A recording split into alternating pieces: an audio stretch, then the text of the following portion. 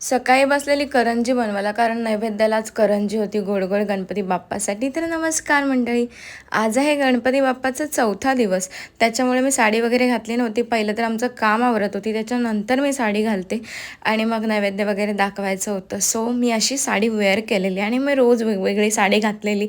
So तुम्हाला साडी आवडल्या की नाही माझ्या, म्हणजे सिम्पलच होत्या पण घरी घालायला, कारण मला काय सण असला ना की खूप जास्त भारी वाटतं, तर मला नवीन नवीनच घालायला लागतं.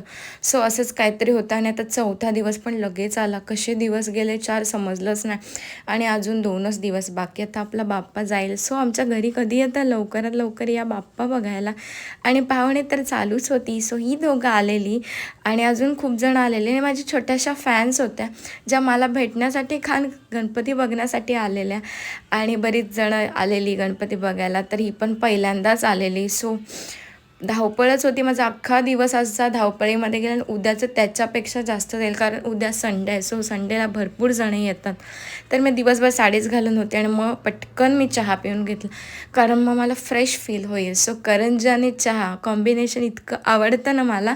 मग काय, माझ्या सगळ्यात जवळची माणसं नेहमी सगळ्यात लेट येतात हर वेळेसप्रमाणे. तर संध्याकाळच्या टायमाला ही लोकं आलेली गणपती बाप्पा बघायला. अर्ध्या पाहुण्यांना मी व्लॉगमध्ये घेतले, अर्ध्यांना घ्यायला वेळच नाही मिळाला. उद्याच्या व्लॉगमध्ये भेटू. आणि रात्री जागरण करत होतो, तर हौजी खेळत होती सगळीजणं. सो मी बघते, मी पण खेळत होती. असा होता माझा आजचा दिवस. भेटू उद्याच्या व्लॉगमध्ये.